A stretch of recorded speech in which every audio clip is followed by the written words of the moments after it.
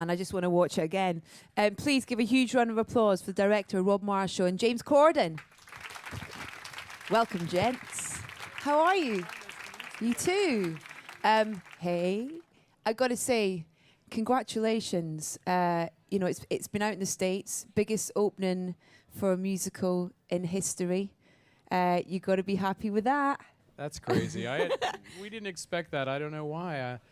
It's a Sondheim musical. It's kind of not the big mega musical that some musicals are. Like Les Mis or even Mamma Mia kind of thing. So just to have that opening was thrilling, and it's because it stars James Corden is why. Yeah, that's a big draw to American audiences. Yeah, it really is. They really come out for me. There is so much about this film. There's the music, there's the story, there's the cast, there's the connection, there's the chemistry. There's so much here. But for you, Rob, this is something that's been a kind of a long time coming, something you've wanted to be involved in for a while. How did it eventually come round to happening now? Well, gosh, I remember when I finished Pirates of the Caribbean, John DeLuca, who produced this with me, and Mark Platt as well, John said to me, we talked about what's next, and he said, well, what do you love? He said, what do you love? And I love Into the Woods. I've always loved Into the Woods. I thought it is such a beautiful piece, so joyful, so funny, so clever and smart, and profound. I think it's an incredibly profound piece that I think everybody can see from a different place. I mean, even kids see it, take it from their level, and adults can see it from a different place. And I think all of that in one piece was sort of amazing. So I called James Lapine and Stephen Sondheim and said, I'd love to do this. And they said, we'd love you to do it, but we'd love you to get it made, because I think they tried to make it a few times in the 90s, and it never had happened. So why do you think now? For me, I think it's a combination of all these things. It's these people that you've got involved in it. And I know, James, you were involved early on, even at the table reading, when you were trying to sell it to people as well. And Rob, you showed a real kind of vote of confidence to James as well, in terms of saying to him, if we get this made, you're going to be this character, which for you must have been a great thing to take forward into that role, James.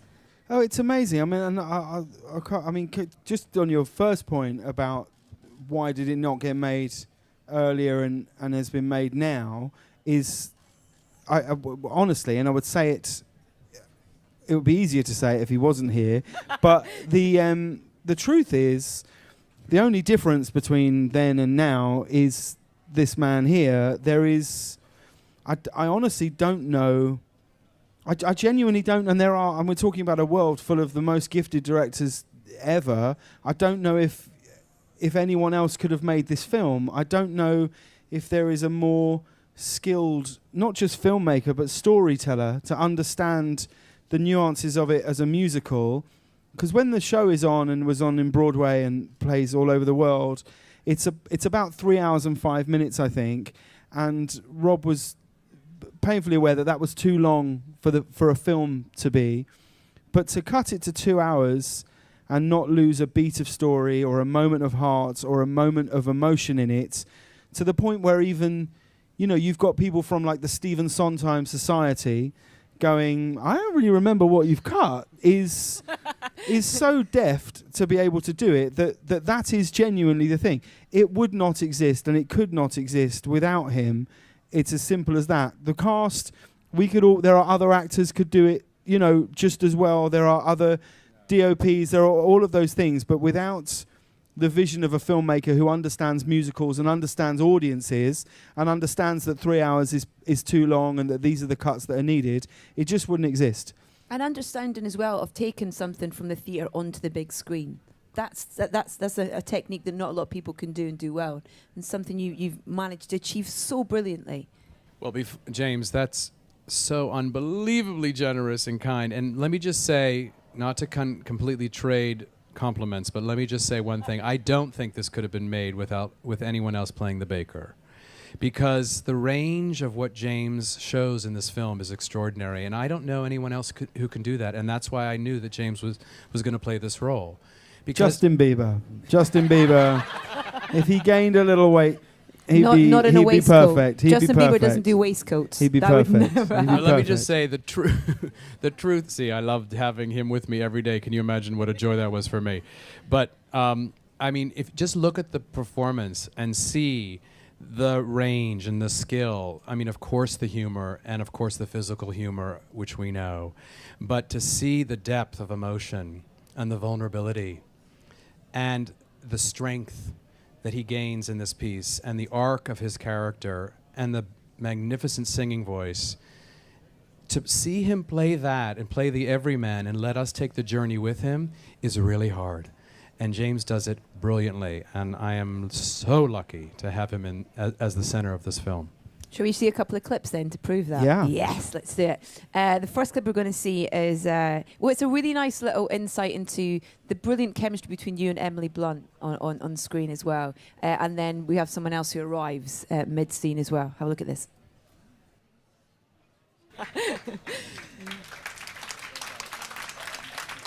I want to ask about shooting, because from watching it, you feel like you're in that wood with them. You're kind of on that journey that they take.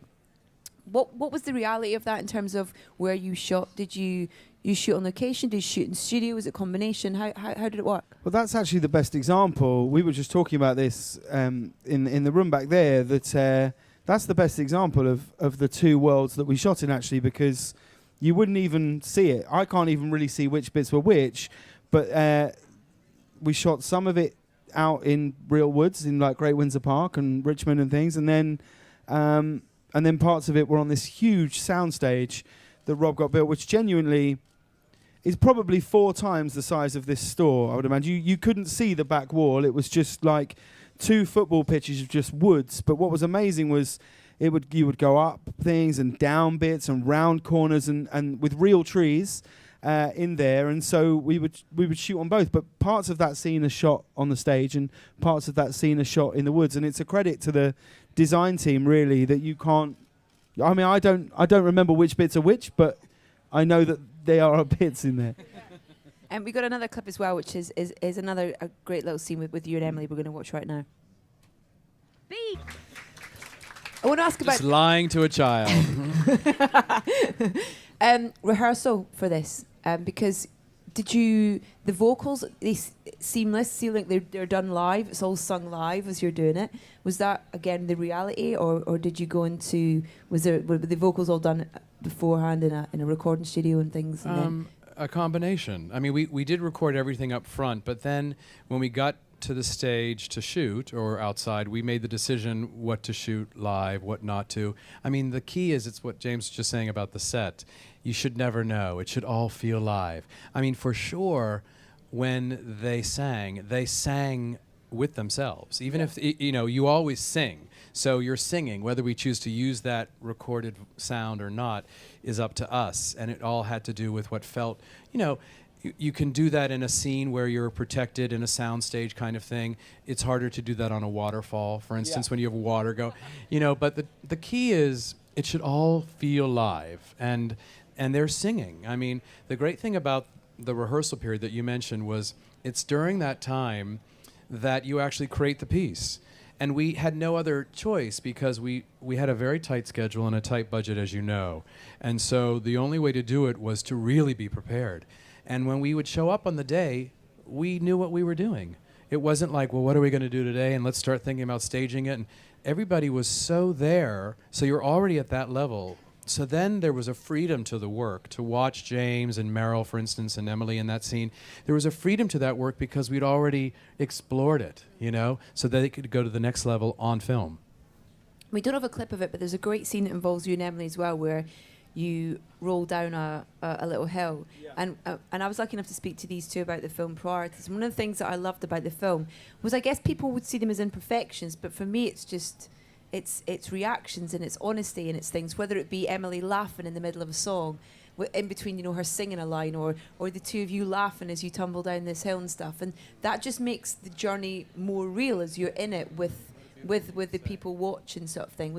Did you kind of encourage that? And I guess those are things that you discover along the way as well as you're filming. What a beautiful thing to say. I mean, for me, that's the magic. You wait for those kinds of things to happen. You wait for those those moments that are impromptu that happen. Listen, the end of that you're talking about, a number called It Takes Two that James and Emily do so beautifully.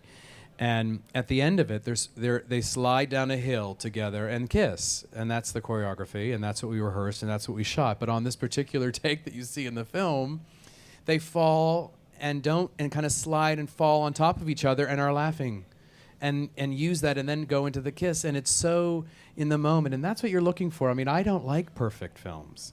I like imperfection.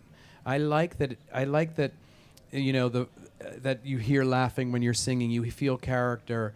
I mean, that's the joy of it. It's also the joy of Stephen Sondheim, because the greatest thing about all of his work, and I think particularly in this, there is, and I'm a huge musical theatre fan, you know, as is Rob, and I mean this with the greatest respect to musicals that I love, but there are lots of musicals where you could essentially take out a song from one show and quite easily put it into another and it wouldn't feel out of place. And I think the greatest thing about Stephen Sondheim's work is that's just never the case, and there is never a song for a song's sake, and the songs always drive the story and they always come from a place of character. So it never really feels like you're doing a song, it feels like you're just doing a scene. So those moments that are captured, those moments, like you say, of Emily laughing, us falling into these moments, they're coming completely organically from the moment, because you're never thinking, oh, I have to hit this mark on that thing. It's all coming from a place of truth that's driving a story forward. And so when you match that together with a great DOP, with a great director, it all just seems to, it all feels natural, whatever it is you're feeling, you know? But it's this cast. I mean, I have to say, you can't put that into anyone's hands. This cast was so brilliant, so funny. I mean, can you imagine how funny this cast was? And they brought that to life, and I loved every moment of that, and I wanted to feel that. And I think you see that in the film. I think you feel that it's a company, very much so. It certainly felt like that. I don't think I've ever done anything where I've been so aware of how special it is, the very thing I'm experiencing at that time. Normally, you only really enjoy things retrospectively. You look back and go, oh, I was having a great time then. But this, it was clear every day where you thought, well, this is just a thing I have to cherish, you know? Yeah. You mentioned, I think at the start, the waterfall scene with the two print. I mean, to see Chris Pine in this role as well it's just hilarious. He's incredible. He's a little too funny for my liking. like you can't be that good looking. Like, it's different if you're me, right? If you're me on this film, and you're in a film with Chris Pine, Billy Magnuson, who is gorgeous, and Johnny Depp, you're like, okay, well, at least I can be funny. And then Chris Pine rocks up with this hilarious performance. You're like, I'm sorry, and he's a great guy. It's just unacceptable to be that beautiful, that funny, and that nice a guy. It's like it's enough to make you really hope he doesn't have a terrible accident. Down a waterfall. Yeah. Oh, did they not slip? Oh, that's a shame. I have this image of you at Air Studios with this orchestra recording these vocals and stuff. Was that a special moment being there? And because I know you love to sing. Well, singing and dance is my life. You know this. I feel like I might have, because I've never really been in a studio like that before, I sort of think I might have been taking it for granted until you're there with Stephen Sondheim and he's going, I can't believe I'm hearing this music like this. Like, the orchestra was too big for the live room. It was, so they had to put all the percussion in the basement with like Skype computers because it was too big. So the sound is so lush, and they were great days, weren't they? Just Jonathan Tunick doing the orchestrations and just sitting, you know, and like, you know, Stephen Sondheim's there, so you immediately sort of shit yourself, and then it's all right because the days are so long, and you go into the night, and it's a wonderful thing to be part of. But the beautiful thing was this cast was aware of that, I think. You know, no one took it for granted. We know and knew how few and far between musicals are made for film anyway. And then a Stephen Sondheim musical is so rare. and it's really a gift for actors. And I think everybody was aware the entire time we were shooting that we were part of this very special thing, and that never left, and it still hasn't left. I mean, I feel that even when we're together, like we're together for the premiere tomorrow and here in London, we love seeing each other. It's a very special group, and you know, rare. I said to these two before that it has to be performed live at the Royal Albert Hall with everyone and with a live Anywhere. I would do, or anywhere. Just go on tour with it. It's just amazing. It's Yeah. brilliant. Right, enough of me going on about it. Let's get some questions from this lovely audience that we have. So, as I said, don't leave it till the end when I say last question and everyone puts their hands up. Let's go with these two lovely people first. Lady with the glasses first. My question's for both of you, really. Myself and my friend here, we both study film, and I know my friend's particularly interested in writing, and I want to be a director or producer, and I was wondering what both of your advice would be to aspiring people in those trades. Mine would be don't give up, right? And I'll tell you why, because I'm going to read you something now that I got sent the other day, and I hang on, I Keep just it have clean, to find James. it. No, Keep it it's clean. It's clean. It's very clean. So this is I'm going to read you this. This is a letter from the comedy script editor of Light Entertainment at a television network. Subject: Faulty Towers by John Cleese and Connie Booth. I'm afraid I thought this one as dire as its title. It's a kind of Prince of Denmark of the hotel world, a collection of cliches and stock characters which I can't see being anything but a disaster. And then it's signed by the guy, and that was a rejection that John Cleese got for Faulty Towers, which is genuinely the greatest sitcom that's ever been made. So I guess the only advice I've got for you is don't give up. Because if you never give up, you can't really fail. So just don't stop, and it will be really hard. And there's screw-ups coming your way. There's nothing you can do about it. They're coming for you. But just keep going and know that the people that do, and the people that don't. You know? Perfect answer. There we go. Okay. Did you have another question? Or was she asking that for both? There we go. He's got another one. Okay. Obviously, the History Boys went from stage to screen. Would you ever think about making One Man, Two Governors as a film? I don't think it would work, actually. I think it relies so much on an interactivity with the audience is the thing that makes that play so unique. And I think if you take that out, it just... I can't see that it could ever work as a film. It's so much of it is about breaking that fourth wall and doing this to an audience and feeling like you're all in it together and this is only happening now. The things that are going wrong have never happened before, and you not quite knowing what's unique to tonight or happened that afternoon. And for that reason, I don't think it ever could. I think it would probably... If that guy's email had replied to that, he would have been bang on, I reckon. Okay, lady down the front. I'll come to you in a second. Actually, do you want to give the microphone to this lady here, and then we'll pass it along to the middle? Thank you. My question is basically, I've seen the Broadway musical several times, and it's one of my most favorites. What was it like taking those characters who all experience very sticky, kind of very adult kind of endings and very realistic endings, and trying to make it more, I guess, family friendly in the movie?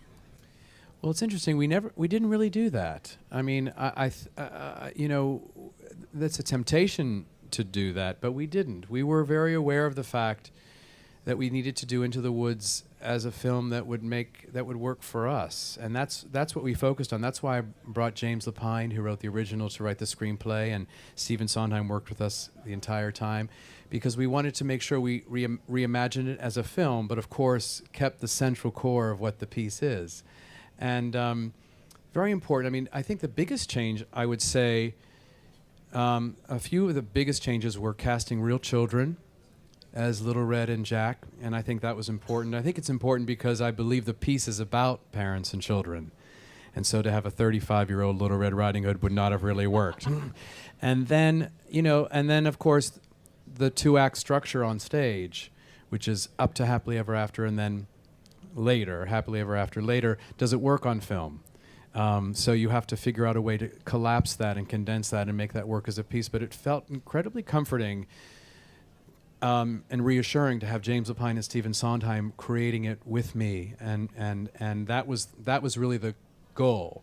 In fact, many times I found myself being the person that was saying, "Don't touch that." You know, I mean, that happened a lot because they said, "Well, we wrote it before, we'll write it again," and I said, "No, that works." Anything that worked, we held on to and kept. What was their reaction when they saw it, the finished film for the first time? Oh my gosh, they said thank you. That's what they said right away. They said thank you. I think because they were, it takes a lot to be able to see something new, but because they were part of the process as well, I think they were just thrilled that it was working as a movie, as opposed to, because sometimes stage productions don't work on film, but the key element is to reimagine them. I mean, you hold on to what works, but the stage piece will live forever. But you have to. I think you do the stage play a disservice if you don't reimagine it as a film. Yeah. Because it's a different medium. Okay, can you pass the microphone along to the lady here? Thank you. She's excited to ask a question. I can tell. Thank you. I just wanted the microphone. I actually have a question for each of you, if that's all right. Of course it is. Mr. Marshall, I was wondering what level of involvement you like to have in the casting process, and if there's something specific you look for in an actor. And Mr. Corden, they've kind of covered other aspects of film, but I'm a young actor, so I was wondering what advice you have for kind of climbing up the ladder of success and how you've gotten to such a successful time in your career. I mean, I don't know. It's as much a mystery to me as it is to any of you. I guess I never really envisaged a path down any other road than the one I've gone down. However many bumps you might hit along the way, I used to have this thing. I don't know if you grew up in America, right? Where you would have like careers advice meetings with someone at your school, and I would say, well, I'm going to be an actor, and they'd go, well, you need to find something to fall back on, and I'd go, well, no, because that would have an element of doubt, really, and that's it, really. I mean, and I sort of hit a block in my career where I was not. When I was in the History Boys, actually, I would come into work. It was the hottest play in London, and I'd come into work, and all the boys would have endless film scripts under their arm, like Dominic Cooper, so beautiful, would have just like, oh, I don't know whether to do this or that, and I would get like the scene. I would get the 2 pages of the script to play the guy who drops off a TV to Hugh Grant in a movie, or is like the news agent in something. And I always thought that I would perhaps get a chance. It felt like an industry was saying, "Oh no, we think you're good, but every now and then you'll play like a bubbly barrister in Judge John Deed, And so I sort of thought, well, if those things aren't going to come, I'm just going to have to write a TV show for myself. And me and Ruth Jones, who was feeling quite in a similar place to me, so we just wrote a show that just happened to click into this thing, which no one could. It became something so much greater than anyone could have ever thought it would, and then it's sustaining it. It's sustaining it is the thing. But I mean, my only advice would be, like, acting's the reward. That's it. Acting is the reward. It's not money. It's not fame. It's not any of the trappings that look like they come with it. It's just the actual doing of it. If you can act and perform and eat and have a roof over your head, then you are already in the luckiest 2% of the planet. Like, acting's the thing. Don't ever think past that. Don't think, oh, but I want to be a huge movie star. I wanted to think, are you acting? Are you getting to do it? Because so many people dream of it and still don't every day. And that's it, I think. That's so true. Rob, sir, would you And just the quick casting question, just real quick. I just want to say that yes, of course, I'm involved in every single. It's so important. I mean, it's the film. There's nothing he's not involved in. I'm surprised he didn't grind the lenses for the film himself. But I mean, the great joy for me, and this is my hope always is that I don't actually have to do any work when it comes to casting, because the person that comes in claims the role and says, "This is mine." That's what happened with James. James says, "This is my role." Emily Blunt, Chris Pine, all these people said. Anna Kendrick said, "This is my role," and brought it to a place I never imagined it could be. There was not even a question that anybody else would play this role but James Corden. How did you manage to convince Meryl, though, to step out of the no witch rule? That's what I want to know. Because that was the thing she had. She was I didn't know she had that rule when I asked her to do this. That would have been harder. She said yes so quickly. I think she was thrilled to do a Stephen Sondheim musical. That was something she wanted to do. And when you see that combination of that amazing talent with this extraordinary material, it's like nothing else. I mean, it's sort of extraordinary to watch. Okay, next question. Can you pass the microphone back to that gentleman there? This is for James. Would you be able to sing us a quick verse from one of the songs in the movie? Don't feel pressurized, James. What do I say? I say, wait a minute, magic. Beans for a cow so old that you had to tell a lie to sell it, which you told. Were they worthless? Beans were they oversold? Oh, and tell us who persuaded you to steal that gold? Yes, it's your fault. Wow! Yeah! Okay, next question. We haven't got much time. Anyone else with questions over there? Oh, we have two over here. Can we get the microphone quickly back over here? Well you just done. don't ever forget it, though, do you? It's the weirdest thing. It takes a lifetime to learn. I'll know that when I'm dead. like 10 minutes before I die, I'll be able to recite that. It's because he writes like no other. There's the melodies. It's hard to learn, and once it's in, it never goes. Okay, sir, what's your question? Hi. James, you mentioned at the beginning where you're saying that all of the songs are necessary for the driving of the narrative. And my question is really looking at the translation into cinema, how those songs play a special role when the whole film is on a magical terrain. So normally you could kind of say that the song in a cinematic musical allows the characters to resolve the problem that couldn't be resolved in dialogue. But if you've got the whole terrain as magical realism almost, how do you make those songs special? Well, I think that's where Stephen Sondheim and James Lapine are so smart, is that yes, it is all set in a magical terrain, and yet at the heart of it are the most ordinary couple you could ever find, if you like, who become extraordinary through the journey they go on. So it's always rooted in a place of absolute realism, you know. Essentially, mine and Emily's character are just representing the audience. We are their representatives in these woods. So as soon as you can put a sense of normality in it, I think it becomes a lot easier to tell a musical tale. Frozen is a good example of that, actually, where there's this very, very magical presence who has this thing bestowed on her where she can turn things to ice or whatever, but her sister is very, very ordinary, going, "Do you want to build a snowman?" So, and it's those eyes and ears that allow you to take those curves, I think. Do you think, Rob? 100%. I think that's exactly what it is. I mean, the truth is, these could be played as two-dimensional characters because they don't even have names. The baker and his wife, you know, that's it.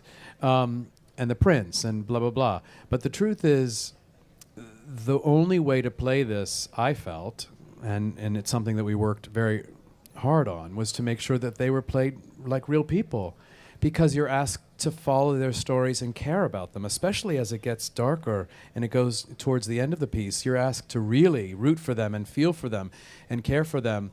And the great thing about this cast is that they brought such dimensionality to it, such depth to it, such truth to it, that you feel for them. You really feel for the baker and his wife. You feel for Cinderella. You feel for all these people because they're flawed and not perfect, and they're real.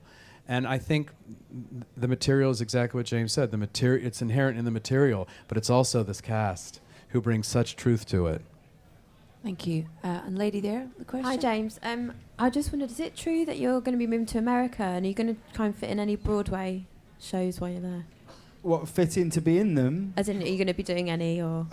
Well, I can't for a bit, but yeah, I'll move to America tomorrow. Exciting.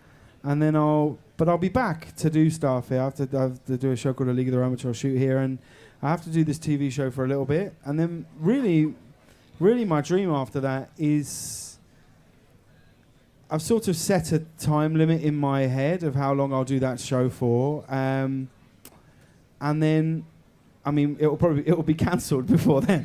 I'm sure of that. Let's be clear. But then I've sort of set a rule in my head that I would want to do if I was ever given the chance and the opportunity to do a play or a musical like every 18 months, whether that's here or in New York. It's I love the theatre. I love a day that has a point and a purpose that moves to a thing, and I also think it's the thing that keeps you supple and fresh. So I hope it at some point. I hope so much. Yes. Would you write something for the theatre for yourself? I'm not for myself. I don't think I could write I've been trying to write a play for about 3 years. It's stuck in a permanent brick wall at the moment. But if I can get through that, just a very, very small play. But I've been trying to write it for quite a while. I just for myself really, not to be in. But we'll see if I can ever get over the hellish hurdle that it is. Yeah. Do you have any more questions from our audience? 2 over there, and I think that's... Is there another one? That's 2 there, and then, yeah, there we go. James, congrats on the OBE. Just wondered Oh, what yeah, your, we Oh my gosh, how Quick, thrilling, someone change the poster! what was your initial reaction when you got the news? Did you get news earlier before it was announced? Or?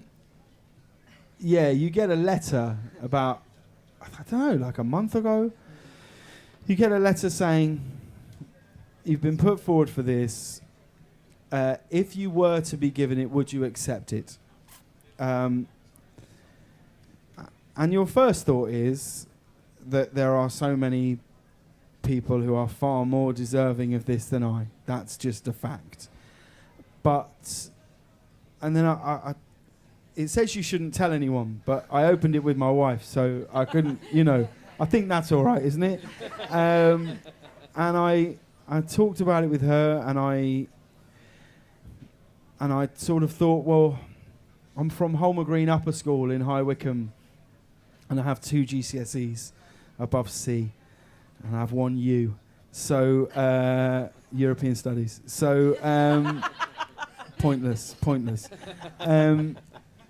And then you think, well, you can't help but think about what this will mean to my parents, who have sacrificed so much growing up for me to be able to be sat here now with a director like this, of driving me to singing lessons, drama lessons, all of these things, paying money that they didn't have, that you're not aware that your parents don't have when you're that age, and what it would mean for them to be given such a thing.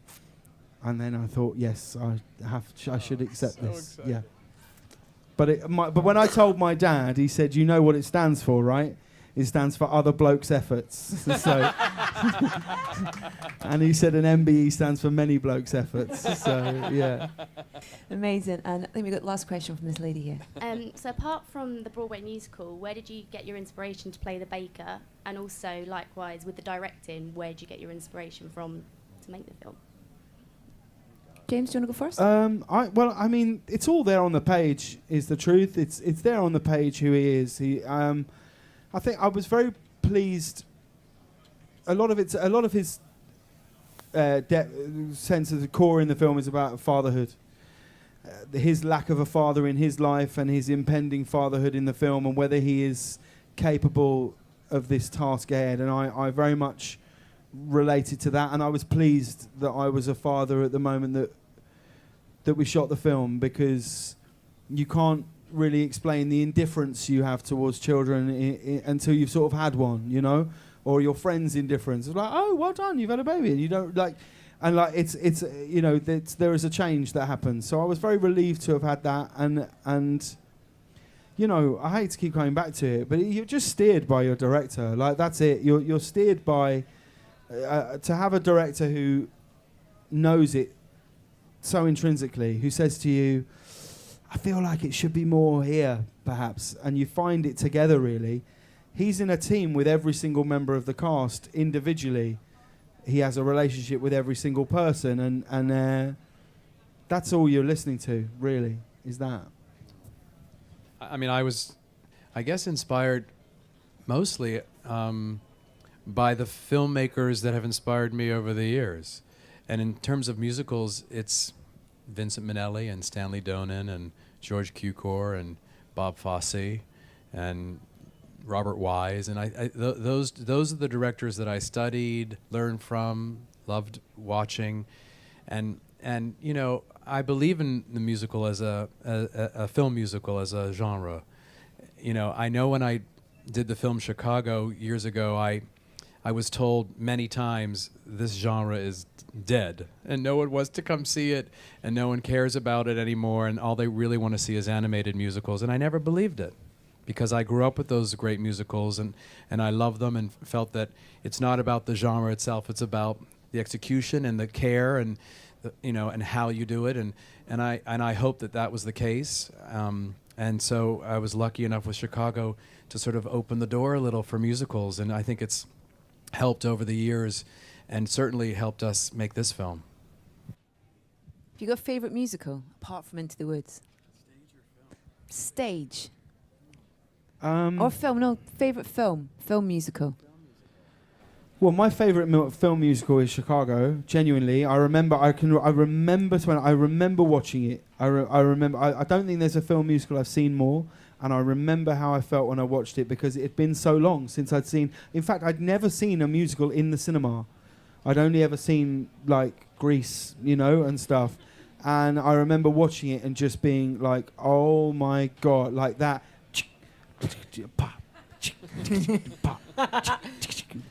You know, Cicero. I really remember it. So, like, I walked out of that cinema just feeling like the most empowered woman I've ever felt like. I really did. Like, I got in the car, like, he had it coming. It's amazing. It's a masterpiece. It really is. So that's my favourite film. My favourite stage musical, I love a musical called A Funny Thing Happened on the Way to the Forum, which is a Sondheim musical that I absolutely love. And she'll be starring in sometime soon. I hope so. And another show called Kiss of the Spider Woman, which is a Candor and Ebb musical, which Rob actually choreographed when it was on Broadway and here in London. And I don't know why I remember it so vividly, but when I saw it in the West End, I had like a phenomenal reaction to it. And it's got some beautiful songs in it, is the truth. Yeah. You guys can see this film for the 9th of this month, 9th of January. Hang on, what's your favourite stage musical? Rob, sorry. Yeah. Oh, goodness. Let me think. I guess my favorite film musical is, like everyone else's, I believe, is Singing in the Rain, because I think it's perfect. Yeah. It's perfect. And it was created for film, which I think is interesting. You know, some of the great ones like Bandwagon and Gigi and even Meet Me in St. Louis or Easter Parade, those were all created for film, which I think is... What was West Side Story? Was that created for film? That was a play for a musical on stage first, and then became a film. And I guess on stage, it could be West Side Story or Gypsy, I think, maybe for me. I think those are sort of masterpieces. Congratulations so far. And I think with this as well, this film, it just feels like I don't know, there's a whole new generation of people who are going to fall in love with musical theatre through film as well, through this, you know, and you say that people telling you that no one's going to watch this before when you were talking about Chicago and stuff like that. This has almost just reopened that door, I think, for people. It's absolutely incredible. Congratulations, and you guys can see it from the 9th of January. Please, huge round of applause for James. Thank you very much. Thank you, you're wonderful.